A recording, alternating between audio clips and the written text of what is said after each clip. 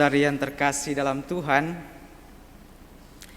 suatu ketika ada seorang istri, dia mendapati suaminya selingkuh. Kemudian sang istri ini dia tak percaya, dia juga kecewa,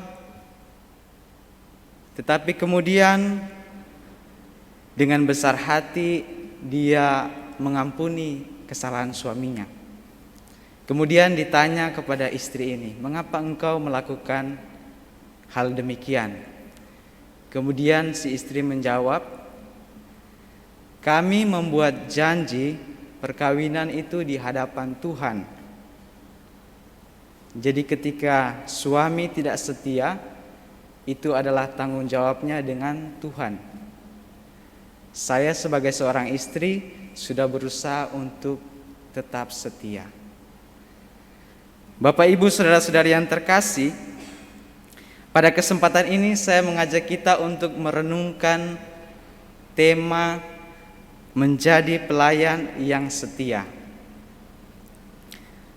Dalam bacaan Injil dari Injil Markus yang kita dengarkan tadi, ada dua hal yang dikisahkan, yaitu pemberitaan mengenai penderitaan Yesus, dan yang kedua mengenai siapa yang terbesar di antara para murid. Peristiwa ini itu terjadi sesudah Yesus dimuliakan di atas Gunung Tabor. Yesus menunjukkan siapa dirinya dalam kemuliaan berpakaian putih, megah. Tetapi kemudian peristiwa Gunung Tabor, Yesus yang dimuliakan tidak berhenti di situ. Yesus dalam tanda petik turun gunung menuju ke Yerusalem, di mana dia akan menyelesaikan karya keselamatannya. Di sana dia akan menderita, kemudian mengalami kematian dan dibangkitkan, seperti dalam bacaan yang kita dengarkan tadi.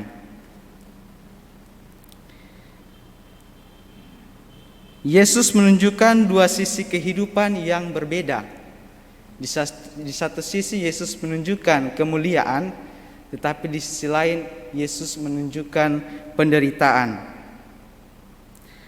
Bapak, Ibu, saudara-saudari yang terkasih, dalam bacaan Injil juga tadi dikisahkan para murid meributkan siapa yang terbesar di antara mereka.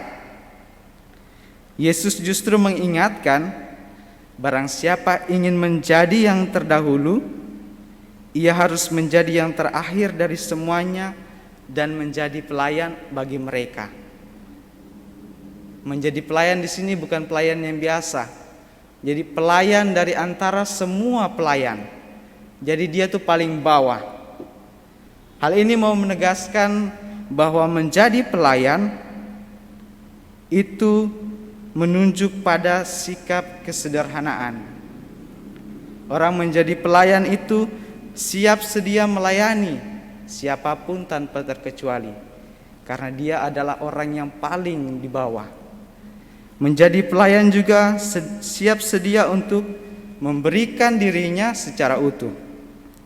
Saudara-saudari yang terkasih dalam Tuhan, menerima Yesus berarti bukan hanya mau mengalami kemuliaannya, tetapi kita juga diajak untuk mengalami penderitaannya.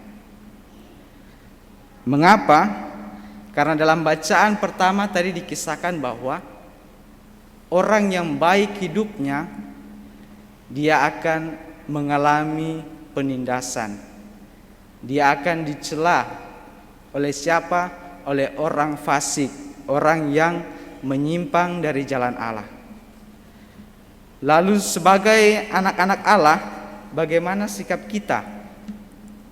Dalam bacaan kedua dijelaskan dengan baik oleh Rasul Yakobus bahwa sebagai anak Allah kita memperoleh hikmat dari surga. Ciri-cirinya apa? Yaitu orangnya cinta damai,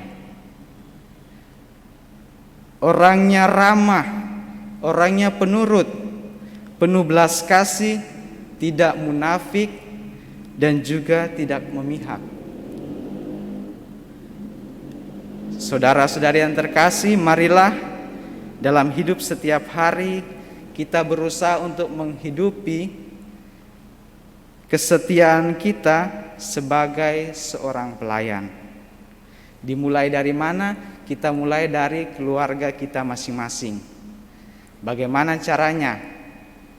Yang pertama, kita berusaha untuk menghadirkan pengampunan dalam keluarga kita. Pengampunan itu tidak merugikan atau membuat kita menjadi miskin, tetapi pengampunan itu membuat kita membangun relasi yang baru, memulihkan hubungan kita. Kita belajar dari Yesus, Dia mengampuni dosa kita sehingga relasi kita dengan Allah dipulihkan. Kita diajak untuk menciptakan kenyamanan dalam hidup kita. Artinya setiap orang merasa rindu untuk berkumpul bersama. Setiap orang merasa rindu untuk baku dapa. Setiap orang merasa rindu untuk saling menjumpai, karena dalam hidup berkeluarga di sana ada pengampunan, bukan penghakiman. Marilah kita mohon kepada Tuhan, semoga kita manusia yang lemah dan penuh dosa ini senantiasa diberi kekuatan untuk setia. Seperti tadi dikatakan dalam Mazmur bahwa Tuhan akan selalu menopang hidup kita, asalkan kita mau untuk terus berusaha menjadi duta, menjadi pembawa cinta kasih dalam hidup harian kita. Semoga Tuhan memberkati kita sekalian.